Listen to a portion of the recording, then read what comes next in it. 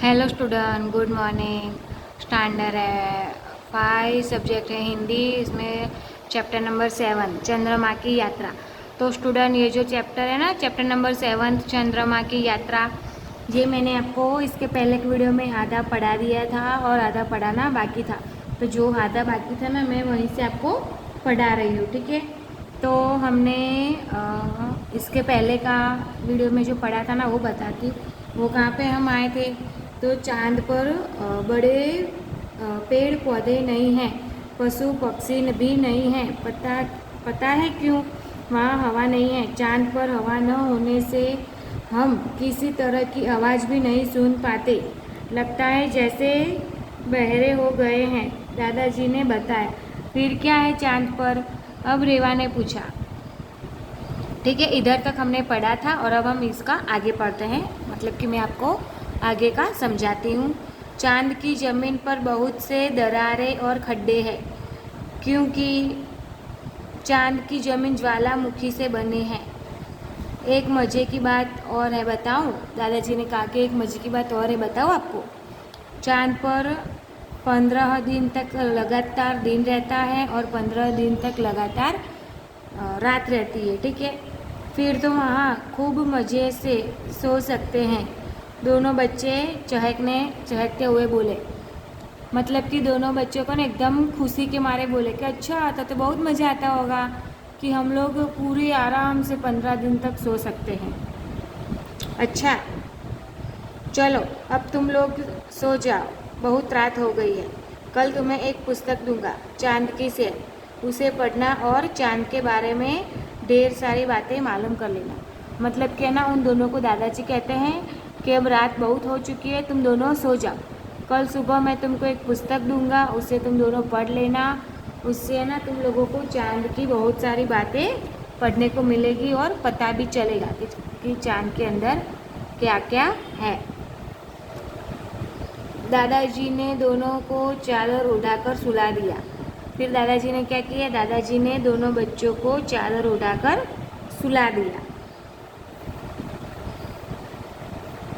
सुबह होते ही नागेश और रेवा दोनों पुस्तक की ओर लपके। दोनों ने आगे की कहानी पढ़नी शुरू कर दी। जो दोनों बच्चे थे ना, उन दोनों ने क्या किया? जो पुस्तक पढ़ी थी उनकी तरफ दौड़े और दादाजी से कहा कि अब हमें आगे की कहानी पढ़ने के लिए दो। और उन्होंने पढ़ना शुरू भी कर दिया। चांद पर गुरुत्वाकर्षण बल बहुत कम है। अब यह कौन सा बल है?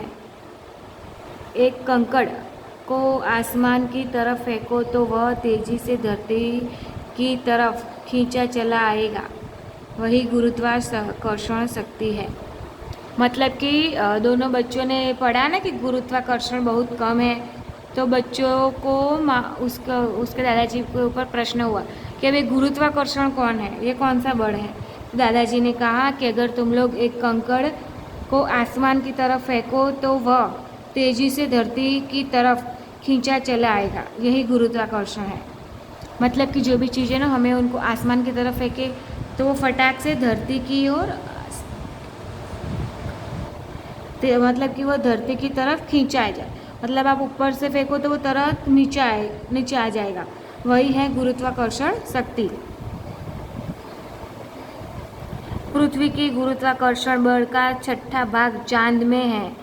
इसलिए अगर हम किसी को एक हाथ से उठाना चाहे तो आसानी से उठा सकते हैं। तुम हल्की सी छलांग लगाओगे तो भी लंबी दूरी छांग सकते हो। ये पृथ्वी की और चंद्र की बात की है कि चंद्र पर गुरुत्वाकर्षण पृथ्वी की मुकाबले में छठा भाग है। मतलब कि तुम लोग है ना, एक तरफ छलांग लगाओगे, अगर चांद पर छोटी सी दूरी का लगा तो वो बहुत लंबी छलांग हो जाएगी, क्योंकि वहाँ पर गुरुत्वाकर्षण की शक्ति कम है, बहुत कम है। अब मुश्किल यह है कि चांद पर पहुँचा कैसे जाए। अब फिर से एक नया क्वेश्चन आया दोनों बच्चों के दिमाग में कि चांद की तरफ पहुँचा कैसे जाए। चांद तो पृथ्वी से बहुत दूर अंतरिक्ष में है। यहाँ जाने के लिए साधारण विमान की नहीं बल्कि आंतरिक यान की ज़रूरत होती है। मतलब कि अगर चांद पर जाना हो ना तो वहाँ पर साधारण विमान होता है ना, उससे नहीं जा सकते। उस पर जाने के लिए एक आंतरिक यान की ज़रूरत पड़ती है। और वहाँ पर सामान्य जो वस्त्र होता है ना वो भी नहीं चलते, वहाँ पर विशेष वस्त्र की भी ज़रूरत होती है। अंतरिक्ष में वैसा भोजन नहीं किया जाता जैसा हम तुम पृथ्वी पर करते हैं। वहाँ केवल शक्तिदायक पौष्टिक गुणियाँ ही खा सकते हैं।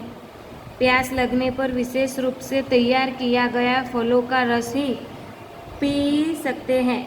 हम यांत्रिक यान में चलते नहीं हैं बल्कि तैरते हैं, क्योंकि वहाँ चुंबकीय शक्ति होती है। ठीक है स्टूडेंट, तो यांत्रिक यान में क्या होता है चंद्र पर कि हम ऐसा जो आहार खाते हैं ना वैसा नहीं खा सकते। वहाँ सिर्फ पौष्टिक आहार ही खाया जाता है और पानी भी नहीं पी सकते। वहाँ पर एक अच्छा मतलब कि जो फलों का रस और होता है ना वो सभी पिया जाता है। ठीक है, तो स्टूडेंट यहाँ पर इतना ही, जो आगे का है वो मैं आपको नेक्स्ट वीडियो में पढ़ाऊँगी। ठीक है, आप लोग टेक्स्ट बुक में से इस चैप्टर को लर्न करना। Thank you student.